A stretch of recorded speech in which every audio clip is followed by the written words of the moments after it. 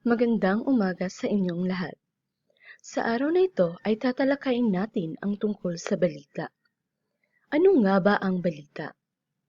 Maraming maaaring kahulugan ng isang balita.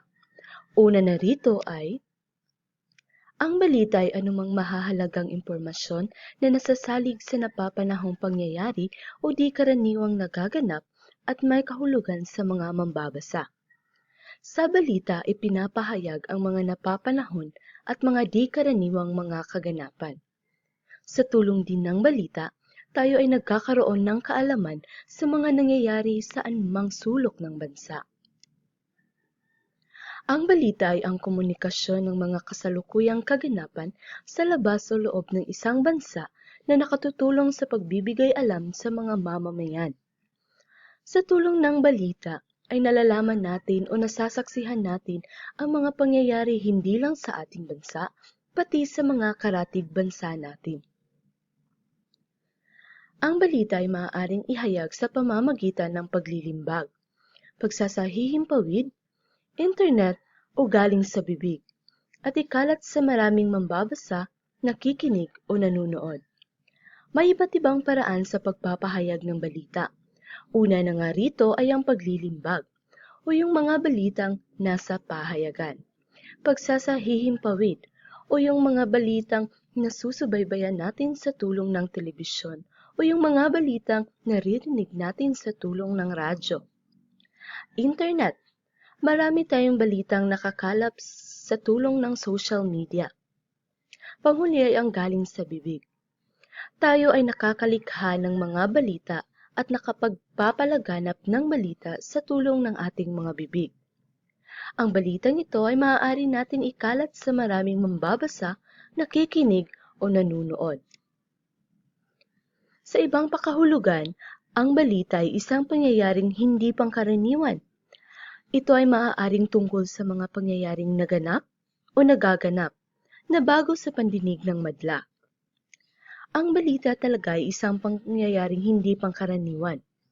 Maaari tayong makasaksi ng mga balitang kagaganap lamang o nagaganap pa. Ang iba ay bago sa pandinig ng madla, kaya tayo bilang mga tagapakinig o mambabasa ay nakukuha ang ating interes. Mabuti rin ito upang makakuha tayo ng mga kaalaman at upang tayo ay hindi nahuhuli sa iba't ibang mga pangyayari na nagaganap. Ang pangunahing layunin ng balita ay magbigay kaalaman sa mga mambabasa sa mga isyong napapanahon at mahahalagang pangyayari. Sa tulong ng balita, tayo ay nagkakaroon ng kaalaman at nakapagbibigay din tayo ng sarili nating opinyon sa mga napapanahong isyu at sa mga mahahalagang pangyayari. Ngayon naman ay dumako tayo sa mga uri ng balita. Alam ba ninyo na ang balita ay may iba't ibang uri? Pwes, sa araw na ito ay iisa-isahin nating tatalakayin ang mga uri ng balita. Ito ay ang mga sumusunod. Balitang panlokal, balitang pambansa, balitang pandaigdig, balitang pampolitikal, balitang pampalakasan, balitang pang-edukasyon, balitang pantahanan, balitang pangkabuhayan, balitang panlibangan, at balitang buhat sa talumpati. So, ang unang uri ng balita ay ang balitang panlokal. Mga balita tungkol sa isang lokal na unit ng pamahalaan tulad ng barangay. Halimbawa na lamang kung ang inyong barangay ay magdiriwang ng araw ng kapistahan. So, ito ay maaaring ilathala at maging balitang panlokal. Sunod naman ay ang balitang pambansa. Mga balitang mahalaga at nagaganap sa buong bansa. Ito ay ang balitang nakapokus sa mga nangyayari sa isang partikular na bansa. Halimbawa na lamang ay ang hagupit ng Bagyong Yolanda sa Pilipinas. So nasusubaybayan natin ang mga pangyayari sa tulong ng balita. Balitang pandaigdig. Mga balitang nagaganap na mahalaga sa buong daigdig. Natutunghayan natin dito ang mga kaganapan hindi lang sa isang partikular na lugar o bansa, kundi pati sa buong daigdig. Balitang pampolitikal. Ito naman ay tungkol sa mga pangyayaring may kinalaman sa politika. Kadalasan ito ay laman ng balita, mga pangyayaring may kinalaman sa politika at kadalasang kinasasangkutan ng mga ilang politiko. Sunod naman ay ang balitang pampalakasan, tungkol sa mga pangyayaring may kinalaman sa mga palaro at kompetisyong pangkalakasan.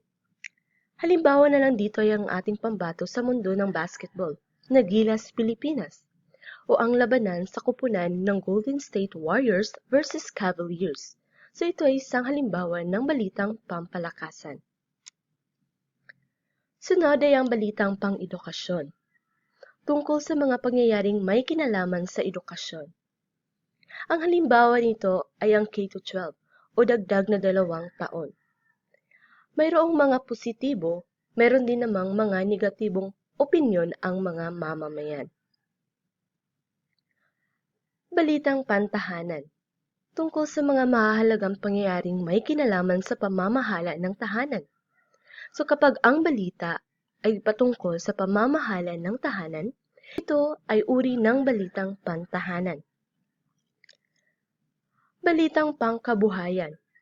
Ito ay tungkol sa mga mahalagang pangyayaring may kinalaman sa negosyo at takbo ng kabuhayan ng bansa. Halimbawa na lamang ay ang pagtaas o pagbaba ng mga presyo ng bilihin tulad ng gulay o gasolina. Sunod naman ay ang balitang panlibangan. May kinalaman sa larangan ng telebisyon, radyo, pelikula, tanghalan at iba pa. Tinatalakay rito ang mga bagay na may kinalaman sa telebisyon, radyo, mga pelikula at tanghalan.